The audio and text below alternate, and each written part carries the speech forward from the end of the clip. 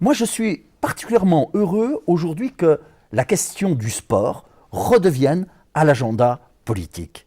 C'est-à-dire qu'on voit depuis quelques semaines la jeunesse, notamment brésilienne, se dresser contre, j'allais dire tout simplement, ce gaspillage dans le domaine du sport. Je dirais l'organisation du mondial au Brésil, c'est 11 milliards de dollars. Et j'ai été regarder quels étaient les derniers grands budgets. Au moment des Jeux Olympiques de Londres, c'était 11 milliards. Au moment des Jeux Olympiques d'Athènes, 9 milliards. C'est-à-dire qu'on a le sentiment qu'on ne peut plus rien faire au-delà, au-dessous de son montant. Et si vous regardez combien la France consacre chaque année pour ses dépenses sportives, c'est entre 30 et 40 milliards d'euros.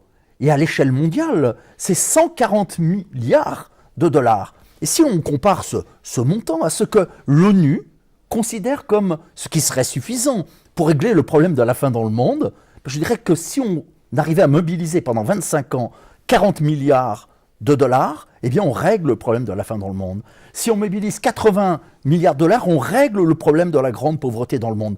Donc parler du sport, je dirais que ce n'est pas une discussion académique. Ça renvoie effectivement à des grands enjeux de société.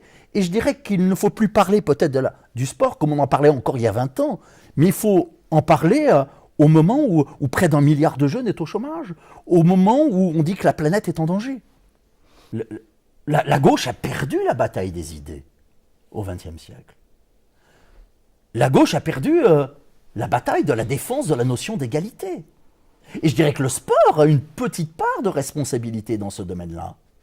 Je dirais qu'il est évident qu'aujourd'hui, lorsque je parle à mes étudiants d'égalité, ils m'opposent avant tout les inégalités sur un stade. Ils m'opposent les lois de la biologie. Ils m'opposent les performances intellectuelles. Alors que l'égalité, c'est une fiction.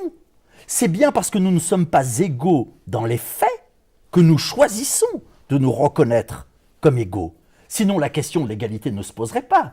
Ce qui se poserait, ça serait la question de l'identité. Donc oui, nous avons perdu le combat sur la notion d'égalité. Oui, nous avons perdu le combat sur la notion de coopération, de sport coopératif. Oui, nous avons perdu le combat sur, j'allais dire, la réduction du temps de travail, sur le droit au loisir. Et si nous avons perdu ces combats, c'est parce que la gauche s'est beaucoup trop économisée, au double sens du terme, au XXe siècle. La gauche est déjà trop économisée parce qu'elle a accordé trop de place à l'économie et aux économistes. L'économisme, c'est tout simple, c'est cette idée que plus serait forcément égal à mieux. Combien aujourd'hui d'économistes au sein du Conseil scientifique d'attaque et combien de poètes? Alors qu'on sait la place essentielle des poètes aux heures les plus sombres de l'existence. Et moi, face à la sportivation, j'appelle à une repoétisation de nos existences. Je dirais que cette idéologie du progrès, ça a été aussi l'idée, finalement, que l'histoire humaine serait linéaire. C'est-à-dire qu'on passerait toujours d'un moins vers un plus. Ce qui serait vrai sur le plan individuel le serait aussi sur le plan collectif. Il y aurait donc des civilisations, des peuples plus avancés, plus évolués, plus développés que d'autres.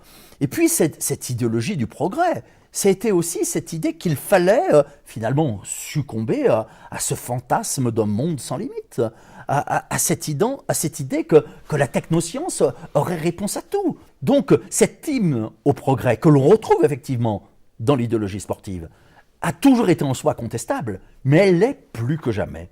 Et je crois qu'aujourd'hui, si l'on veut développer des activités physiques citoyennes, il faut remettre en cause ce dogme du progrès qui n'a rien à voir avec ce qu'on pourrait appeler l'émancipation humaine. Et de la même façon que moi j'appelle à délaisser, à oublier ce mot piégé, ce mot poison de sport pour revenir au terme d'activité physique, je crois qu'il faut se débarrasser du terme de progrès pour préférer effectivement celui d'épanouissement, celui d'émancipation.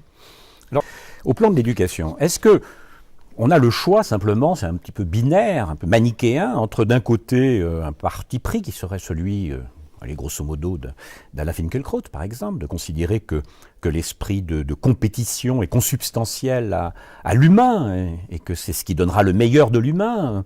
De l'autre, on peut prendre Michel Onfray. Ce sont deux invités aussi de Regard sur le sport. Michel Onfray qui, lui, conteste tout à fait cela et pour une conception, comme il le dit lui-même, nominaliste du sport, dans lequel, ou activité dans laquelle n'interviendrait pas nécessairement la rivalité. Comment vous pensez cette catégorie de la compétition, de la rivalité? Je pense qu'il faut déjà se défaire de tout essentialisme vis-à-vis du sport. C'est-à-dire qu'il faut se défaire de cette idée que la compétition, que l'esprit de concurrence serait quelque chose de naturel. Ça ne l'est pas plus et pas moins que l'esprit coopératif. On doit aux travaux des anthropologues, je pense à Pierre Clastres, je pense à Lévi-Strauss, d'avoir montré que dans ce qu'on appelle les sociétés premières, il y a beaucoup de jeux, on joue énormément, mais il n'y a pas d'activité d'ordre compétitif. Et l'objectif, ce n'est pas de gagner. Lévi-Strauss explique dans Triste Tropique comment sur les beaux plateaux andins, on va, recycler les matchs de foot, mais on joue tant qu'il n'y a pas égalité. Pierre Clastres explique comment, si on organise dans les sociétés premières qui existent encore aujourd'hui des courses à pied, eh bien tout le monde arrive sur la même ligne. Parce que tout simplement, ce principe non seulement d'individualisme, l'idée qu'il faudrait être le meilleur, n'est pas enraciné. Mais ce qui est enraciné, c'est le fait que ce qui aurait de pire, ça serait d'être en dehors du groupe, d'être sorti du groupe. Aujourd'hui, faites l'expérience. Prenez des gamins dans une école maternelle, faites-les courir, il n'y a pas besoin de leur expliquer 10 fois, ils vont se battre pour être premiers. Donc, il faut refuser cette idée que le sport, ça serait la compétition, que la compétition, ça serait la vie, donc que le sport, ce serait la vie. Je crois que ce qui est, oui, la vie, c'est la nécessité de s'épanouir physiquement, sensoriellement, intellectuellement. Mais ça ne relève pas de ce sport qui, je le rappelle, est un phénomène récent, qui est né avec le 19e siècle. Donc, esprit, je dirais, de compétition naturelle, non, sûrement pas. Et oui, il faut opposer d'autres formes d'activité.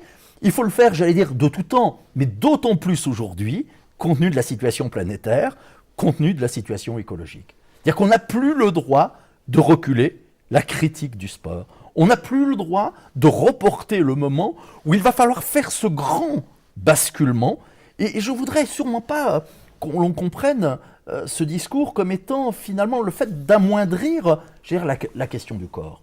Je suis même convaincu qu'on ne pourra s'en sortir que si on met nos pratiques, nos réflexions sur le corps au centre, et y compris sur le fait que ces nouveaux enseignants qu'il va falloir former, qui seront simplement des profs d'éducation physique et corporelle, soient au corps de la formation. Il y a un rôle beaucoup plus important, mais totalement libéré de l'esprit de compétition, de l'esprit de classement, de cet esprit de hiérarchisation.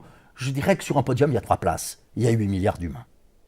Refuser effectivement la hiérarchisation, le tri, la sélection, et refuser la mesure, refuser le rendement. Et j'ai l'espoir que si on commence à refuser le rendement et la mesure dans le champ de l'activité physique et corporelle, eh bien ça puisse s'étendre plus facilement au reste de la société. De la même façon que la sportivation des activités physiques a contaminé la société, je pense que la décolonisation de ces activités, de l'esprit compétitif et concurrentiel, pourrait rejaillir sur toute la société.